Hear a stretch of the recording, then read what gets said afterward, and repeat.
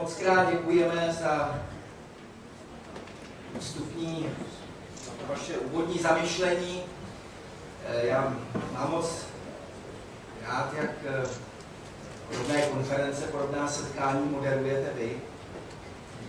Že buď někoho vzbudíte, pochválíte, u jiného zase povytáhnete obočí, dáte nějaký peprný komentář k tomu.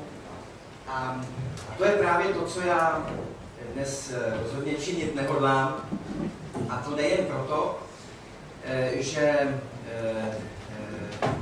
chci dát co největší prostor panu prezidentovi, aby svoje myšlenky zde na půdě dostu prezentoval v co největší šíři, ale také, aby vy jste se dostali ke slovu. Takže já vás nyní požádám v těch následujících, řekněme, 25-30 minutách maximálně, abyste, pokud chcete vstoupit do té debaty, abyste se přihlásili, zvedli ruku. Já, pokud si toho všimnu, tak pošlu asi Františka Červenku s mikrofonem. No, máš mikrofon? Nebo ne? Bude se chodit s mikrofonem? Aha. Smí se sundovat. Určitě, no jistě. Ze sporu. Láďa, jak si tu posledně sundával i tričko.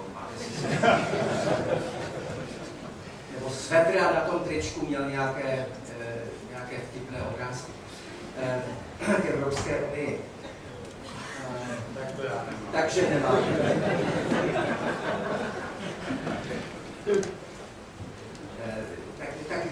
Takže nebude kolovat mikrofon, takže poprosím, abyste přišli sem a pan prezident vám odpoví z místa, na které právě usedl. Takže prosím vás, buďte struční, řekněme, a to nepřesáhne, řekněme, 2 minuty. A představte se a ať to pokud možno je zakončeno nějakým dotazem. Takže první tam, prosím, ale prosím.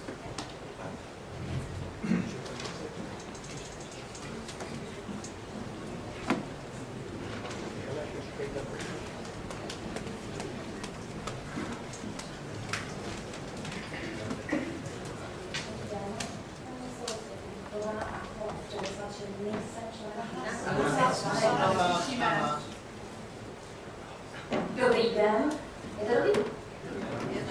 Jmenuji se Lucie Kubíková a chtěla bych předeslat, že nejsem členem žádné politické strany. Měla bych pár dotazů z škatulky vědy společenské a politické. Zajímalo by mě, co si pan Paus myslí osobně o tom, že lidé rádi přejímají evidentní lži. Příklad. Lidovecký předseda se zeleným havlistou založí stranu a prohlásí se za pravicovou stranu. Média to velmi ochotně šíří dál a lidé tomu rádi věří. Jak si vysvětluje vůbec princip toho fungování, že ti lidé to akceptují? Pak bych se ráda zeptala na podobnou věc, a to je, jak si vysvětluje, že lidé přijmou, nebo země přijme imigranty, kteří tam občas zlobí, občas něco rozbíjí, zapálí, občas někoho podříznou. A místo toho, aby ten hostitel udělal ty typy, případně je vyexpedoval ven, tak mi ještě nabídne moučí a říká, jak má rád. Kde se bere v nás, v lidech v dnešní době, ta sebedestrukce? Někdo ke mně přijde do obýváku, pobodá mi přítele nebo syna, já ho pochválím? To přece je proti zdravému rozumu. Pane prezidente, prosím, můžete mi odpovědět. Co si o tomto myslíte, proč to takto funguje dneska? A ještě poslední věc, a ta je taková vše osobní. Chtěla jsem vás poprosit, jestli byste byl tak hodný. Víte, já jsem spoustukrát četla a slyšela o tom, jak ta strašná Bobošíková kandidovala za ty strašní komunisty. Představte si to proti Klausovi. To je prostě průse. Já to nemůžu jinak říct. A už ty lidi nechtějí slyšet, že manželka toho prezidenta křtila paní Bobošíkovou knihu. Že paní Bobošíková chodila na hned zastávat se při Lisabonské smlouvě toho prezidenta. Že prostě jako to není tak, že prostě ty lidi musí proti sobě jít. Mohli byste prosím se tomu vyjádřit, zaspadí Bohušíkovou stejně jak na Kordy. A je oprávněné to, že ta zlá Bohušíková tenkrát kandidovala prostě proti tomu Klausovi a že to bylo špatné. Děkuji. To jsme to trošku sesunuli do patra od něčeho obecnějšího k něčemu jinému. Prosím vás, vy jste položila 3 otázky, ale já musím začít tou vaší předotázkou neboli tím vaším úvodním prohlášením, které nechápu. Nechápu je vůbec v tomto prostoru, tady na této akci. Vy se chlubivým způsobem přihlašujete k tomu, že nejste členem žádné politické strany. Já to považuji za naprosto děsivý výrok. A nezlobte se, výrok hloupý, který říká, že kdo je v nějaké politické straně hlupák a darebák a podvodník a podobně.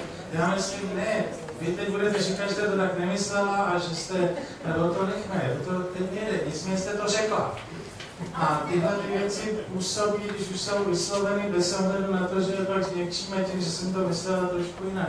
Prostě nepřipustme ani na vteřinu myšlenku, že slavnou před 22 lety politické strany jsou prostraníky a občanské fórum je pro všechny. Pamatujete na to geniálně stupidní, nesmyslný heslo, kterým se začínal budovat politický systém u nás po pádu komunismu a heslo, které jsme někteří si troufali říkám, se nám podařilo toto heslo rozmetat a popřít a vyloučit a prostě vrátit to, že to politické stranství je nesmírně pozitivní fenomén a proto bych si moc přál, abychom to, my, kteří jsme tady na akcích, jako je teda, abychom to takhle cítili. To říkám rezolutně a velmi, velmi důrazně. A opakuji, vyjádrku, že jste to mysleli jinak, je druhořada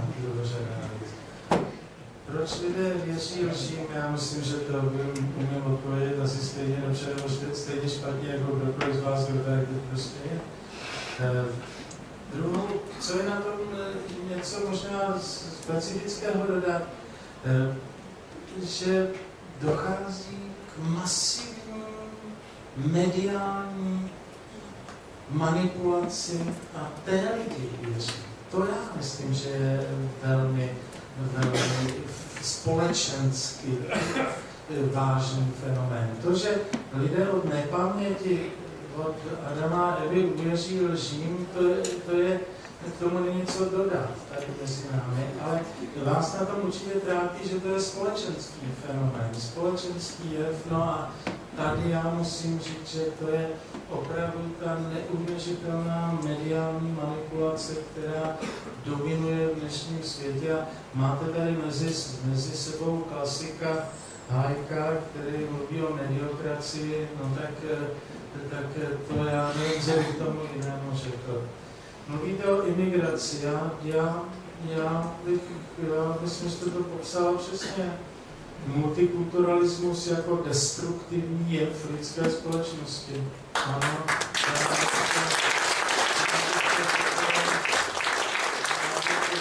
takhle silně a cokoliv další k tomu dodat, to bylo rozkecávat, nemá smysl. Ano, dnes Evropou hájený i od pravičáků typu britského premiéra, já myslím, že není pravičák, ale to je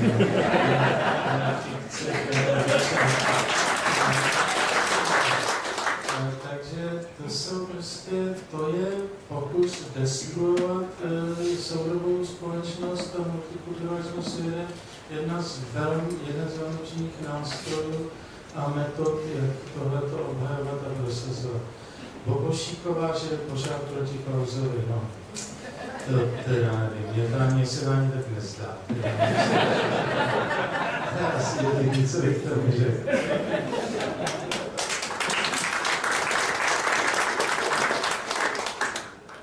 Tak si to můžeme ostatně teď v přímém přenosu tady vypozorovat, tak prosím paní Bobošíkovou. Co to dokáže?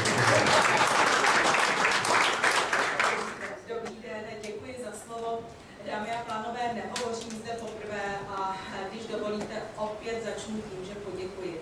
Poděkuji a chci dost za dlouhodobou podporu suverenity, za podporu kandidátů suverenity i za podporu mou v prezidentské volbě. Proč o tom hovořím a proč tady na tomto fóru tuto podporu zdvihám?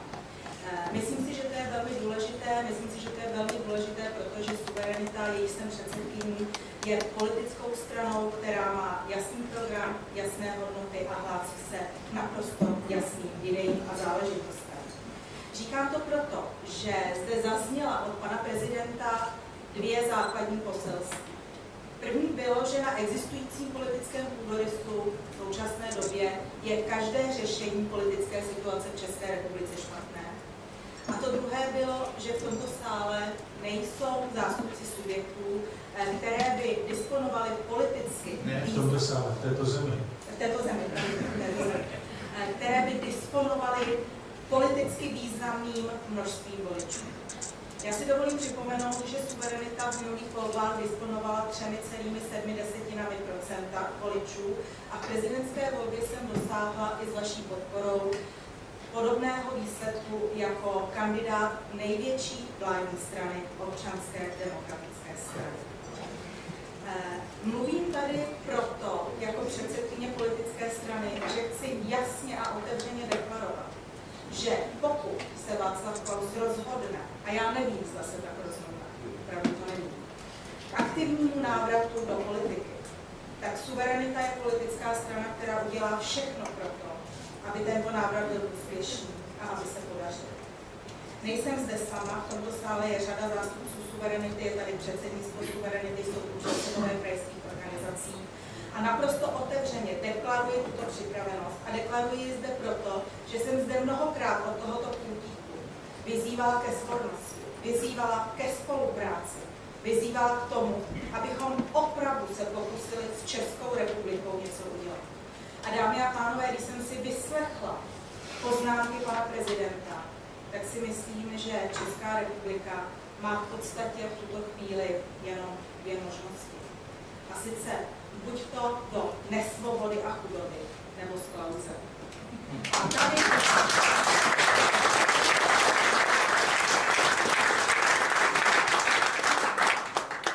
A tady to řečniště je tedy určené k tomu, abychom kladli otázky. Já si dovolím jednu otázku položit, aniž bych pana prezidenta k čemukoliv vyzývala. Ale je to otázka, která mě velmi zajímá. Mě zajímá, zda vůbec pan prezident Václav Klaus uvažuje o tom, že by se vrátil do aktivní politiky. A ještě než odejdu, tak si dovolím jednu poznámku. Dámy a pánové, strávila jsem řadu let v nejvyšších patrech evropské politiky. Strávila jsem řadu let v moderátorském křesle jako novinářka, která zpovídala takové osobnosti, jako je Frederik de Klerk, Michail Gorbačov a spousta dalších politiků. A troufám si říci, že člověka formátu Václava Klause má málo která země v současné Evropské unii a že by měl dostat šanci promlouvat do politiky jak naší, tak evropské unie.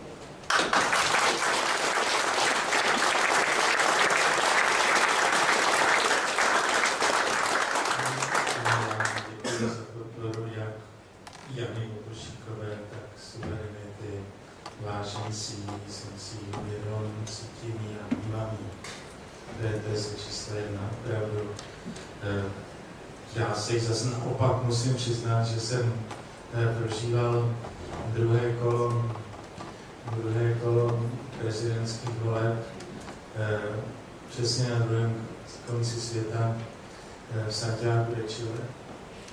A tam jsme také nemohli dožít toho výsledku.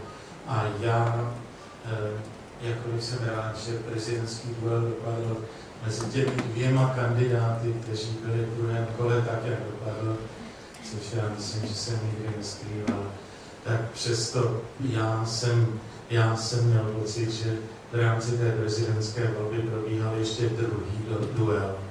A já jsem ten druhý duel prohrál. A tou prohrou v tom druhém duelu bylo, že v posledních minutách přenesl se teďka předstihl Janu Bošíkovou.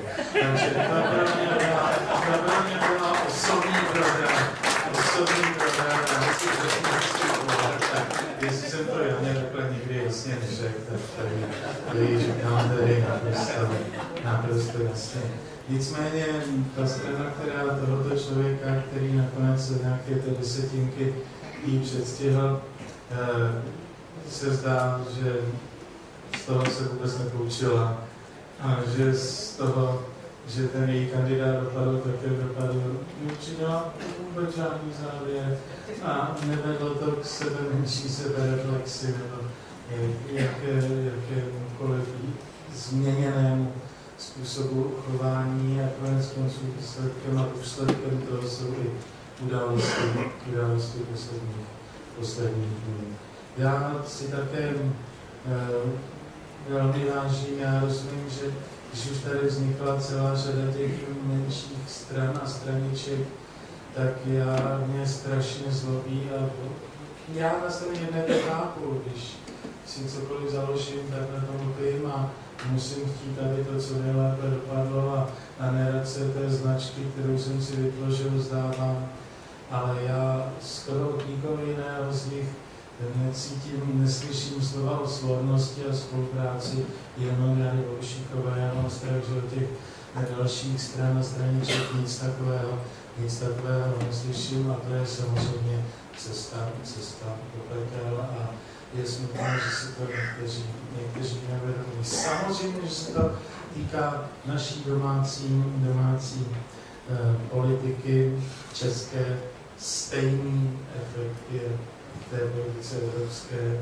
Prostě tady taky problém. Každá ta strana se nějak definovala ve své zemi, nějak etablovala ve své zemi, etablovala se s určitými lidmi, etablovala se s určitým názvem, etablovala se s celou řadou myšlenek a tezí a najednou teď by se měla spojit se stranou ze sousední země, kde se ta strana jmenuje úplně jinak.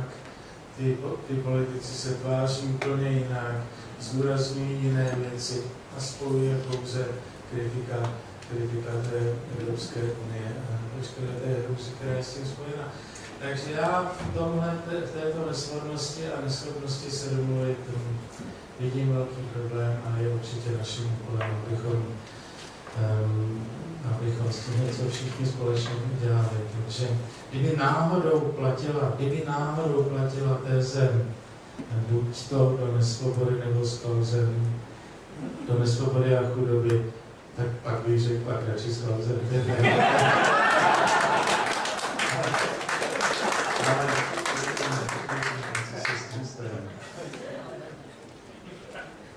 Tam prosím, tam zápis.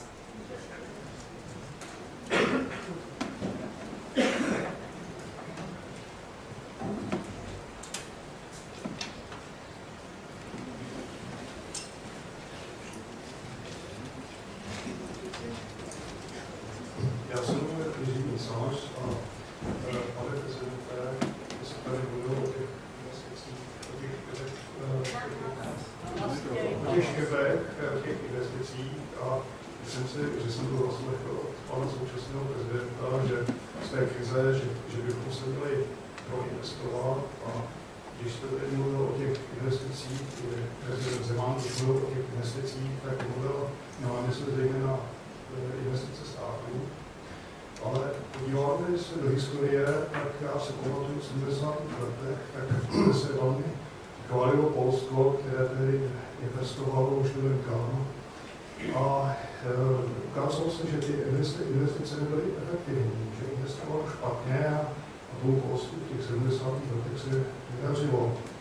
A když se podíváme na naše státní investice, a vidíme, že většinou ty výsledky těch investic jsou poměrně nekvalitní. Vzpomeňte si na stavbu dálnice směrem na Hradec Králové, která vlastně, jak se ukazuje, tak se vrtní nebo co ještě. No a většinou teda si myslím, že ty státní investice, nebo možná, že by se postavily nové nějaké městské národní výbory nebo nějaké veřejné budovy, prostě, kdy ty státní úředníci mohli sedět. No a když se podíváme, kdo... Otázka. No, ještě ano. No, ten dotaz zní tak, ještě jednu myšlenku. Když se podíváme, kam by ty investice měly směřovat, tak většinou tam stavebnictví. A ve stavebnictví pracují zahraniční dělníci, které ty dělky prostě si odvezou většinou v zahraničí, čili zase nebude spotřeba. Čili kam by se mělo investovat, protože podle mého názoru Česká republika je hodně zadlužená, čili měly by se investovat tam, kde se spotřebovává, a spotřebovává se hlavně v Číně a v těch asijských zemích, čili do výroby těch produktů, které spotřebují tyto země, a je otázkou, jestli stát dobře investoval. Děkuji pěkně, prosím vás, já jsem vůbec za prvé, samozřejmě spolu s vámi považuji za nesmyslný projekt, abych použil váš termín, proinvestovat se z krize. To je samozřejmě dětinský nesmysl a to k tomu není, co takhle sformulováno, proinvestovat se z krize, v tu cesta žádná opravdu nevede. Něco jiného je v elementární makroekonomické analýze sledovat vývoj agregátní poptávky, která klesá, a podívat se, která složka té agregátní poptávky klesá. A moje analýza zní, že klesly nejvíc investice z té agregátní poptávky. To je něco úplně jiného. Ty způsobily to zesílení poklesu větší než někde jinde. Ale myšlenka, že by platila opačná teze, že by existovala možnost proinvestovat se z krize, to tak opravdu jednoduché není. Otázka, kam investovat. Vy všichni možná, nebo někteří si ještě vzpomínají na strašidelné výroky přisuzované Keynesovi, když říkal, že to je jedno. Kopejme jámy a pak je zase zasypávejme. Všichni znají ten výrok. Já jsem si přiznal, že jsem četl si teď o víkendu knížku Hayek versus Keynes a tam se popisovaly detailní výměna. Mimochodem, v Anglii v roce 1931 se dodávala pošta, a to neměly žádné e-maily a já nevím co, dodávala pošta 2krát denně v té době. A Keynes s Hayekem se strašlivě nenáviděli. Oba stejně.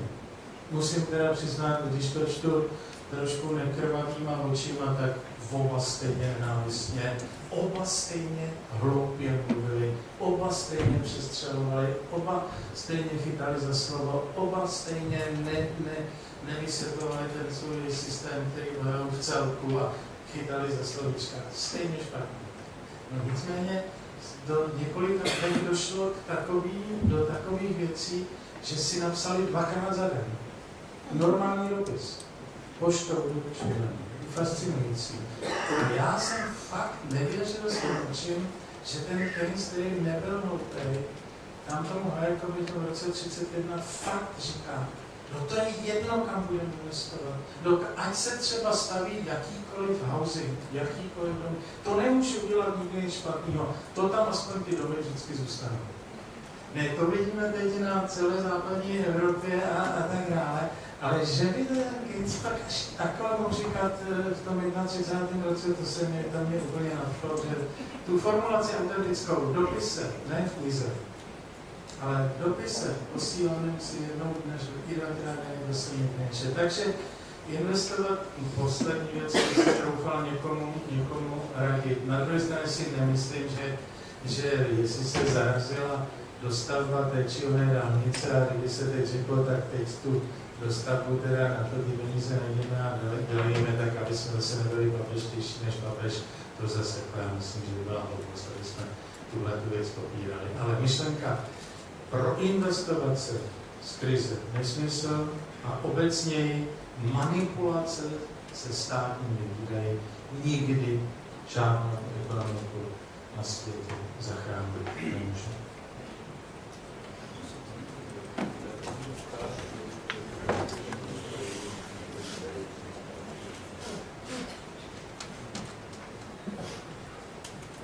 Dobrý den. Já se jmenuji Ladislav Zemánek a jsem mimo jiné studentem Filozofické fakulty Univerzity Karlovy. Vy jste tady, pane profesore, říkal, že hlavním úkolem naší doby je návrat k politice. A moje otázka je jednoduchá, stručná. Mohl byste, prosím, tu politiku definovat? Děkuji. Tak to je fakt otázka člověka, který je zasažen, že studuje takový nesmysl jako filozofickou. Protože si normálně zdravý homo sapiens takovou otázku nemůže položit. To je opět nějakých plánů či plánů a podobných, který nás tam učil nějakou kulturní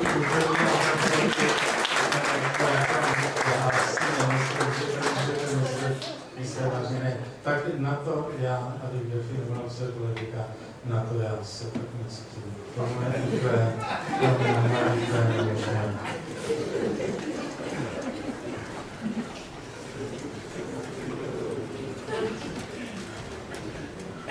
Ale vy píšete nějaký docela hezký články do protipravda. No, však jsem si toho, takže nevím, tedy, jak byste vzal tu otázku. Chce to ještě asi pár semestrů. Já ještě, než vám podám otázku, vám muzika, tak bych chtěl jenom tak stručně přednést takovou úvahu. Já když lyžuju, si zlevím a vyškařím, tak je ovývá chladný vzduch a krásně mi to myslí. A vždycky jsem uvažoval o tom též u vás. Když lyžujete, tak ten chladný vzduch je to samé, jako když jedete autem a tedy vzduchem chlazený. Prostě to dobře všechno funguje. Jednou úvahu. Druhá úvaha, že vás si pozdravím už po druhý. Světí, že vám si věnovat svůj pohled na svět ulitanský, páč jste mě obohatil svým pohledem na svět. Já vás chci obohatit zase mým pohledem na svět, jestli teda posloucháte CVčka. A hlavně teďka ta otázka. Jak jste mluvil o východu, tak podle mý představivosti tam pracuje zhruba 4 miliardy lidí. Na západě zhruba 3 miliardy lidí, ale na tom východě podle mýho dostávají o 2/3 menší peníze, než dostávají lidi na západě. Není celý ten východní boom způsobený tímhle obyčejným prostým faktem, že jim tam prostě méně platí? To mě hrozně zajímalo váš názor jako názor ekonoma. Děkuji.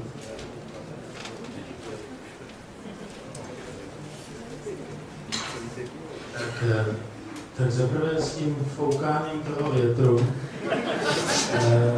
já to považuji za dobrou myšlenku a proto zásadně jako celoživotní lyžař považuji za naprosto odporné, aby mě soudruzi z Evropské unie povinně nutili nosit lyžařskou helmu, protože to vám pak už ten vzduch nefouká.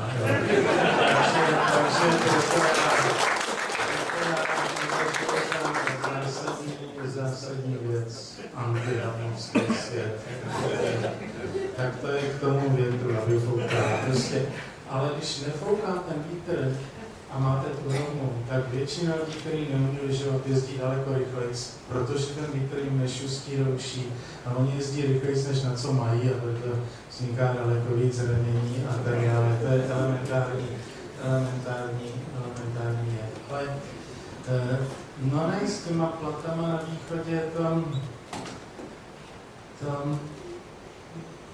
nevím, teď v tom projevu v pátek v Londýně nadávám tomu západu a říkám, vy jste nám samozřejmě přes veškerou vaši retoriku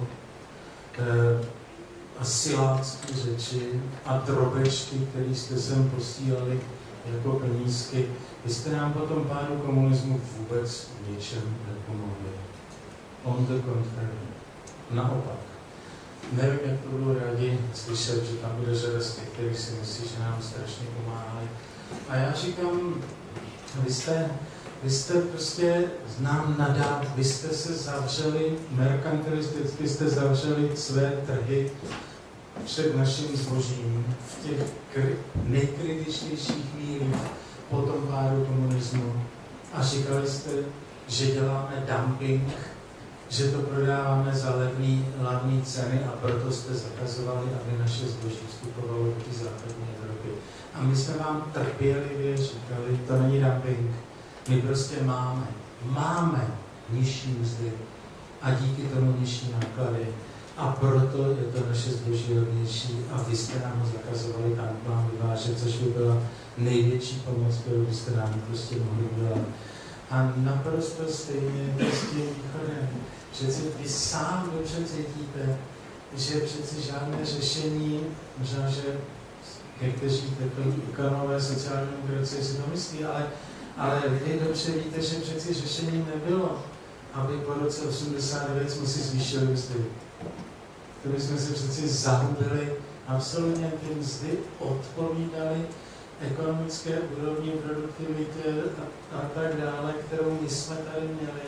A ty mzdy tomu odpovídaly. Prostě to je přesně situace dnešního orientu, dnešního východu a tam nikdo ty mzdy neudržuje záměrně místo. Ty mzdy prostě odpovídají tomu, na co ty země mají. Takže ty platy na východě jsou takové, jaké jsou a je to dobře. Samozřejmě, že soudruzi z Evropské unie by chtěli, aby si v Číně všichni zvýšili mzdy na 10násobek na úroveň západního Německa, protože by tím pádem skončil jakýkoliv export čínských výrobků do Evropy. Takže buďme rádi, že mají takové mzdy, jaké mají.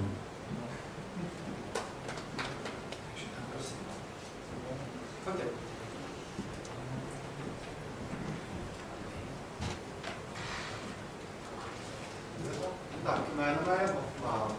Mám dvě otázky, jedna je taková jakoby partikulární, vystačí pro jednu a jedna je pouze dneska řeší. Takže ta otázka, taková ta partikulárnější je, že vy jste zhruba před nějakým rokem a půl byl tuším na ekonomické fakultě a vy jste si jak si poslechl, že se dneska neplatí školné a že to ty studenti mají zadarmo, neznají cenu vzdělání. O rok později se na ekonomické fakultě někdy začátkem roku nebo krátce po skončení mandátu přišlo povzdechnutí, že většina studentů minimálně na té ekonomické fakultě, nebo že na těch fakultách, že tam při práci studuje, tak zda se vám v tom nezdá jakýsi rozpor, jo, mají platit, ale nepracují. A zda si uvědomujete, že když student při studiu nepracuje, jakou má potom pozici na trhu práce, byste špatnou. Tak. A teď bych přešel k té obecnější otázce, takže tady, když byla ten první dotaz, tak vlastně se tady pak postavil proti sobě ta stranická politika a ta nepolitická politika. A já v podstatě mám takový DPP bez naděje, že vlastně obojí nějak není schopnou tu zemi posunout, že vlastně obojí je říděno mainstreamem, takovým tím mediálním. Na jedné straně nepolitická politika, kdy máme třeba 10 000 nějakých těch nevládních sdružení, jenomže v Moravce je těch 30, které když se člověk proklikává, kdo je sponzoruje, kdo je sponzoruje, tak na konci vždycky Soros, Rothschild, Rockefeller, Ford. Ty více mají končí, a to je 30 navzájem nezávislých. No a na druhé straně je ta praktická politika, kdy ti lidé sedí na těch zasedáních a přijímají tam nějaké hlasovky, když se tam hlasuje nakonec kvůli kompromisní ustanovení, vyprávěl mi ten členy nepolitické strany, jak to tam chodí. A zase obrovský mediální tlak. Televize, stane se korupce, jdou za panem Pospíšem, co říkáte na tu vaši punktu v Karlových Varech, jdou za panem Dienstbierem, co říkáte na tu vaši punktu v Ostravě.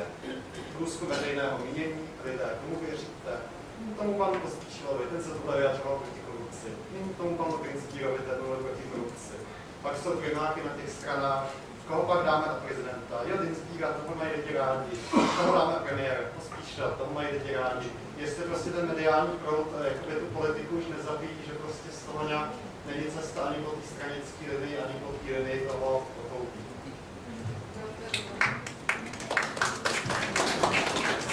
První věc je o tom školném a zaměstnání při škole a druhá věc o nepolitické politice a podobně. No nevím, jaká byla otázka, jestli to byly vaše výroky izolovaný a pak byla otázka, jestli ten mediální proud nezabíjí tu politiku a vy jste zatleskali, no zabíjí prostě já nevím, co bych tomu jiného řekl.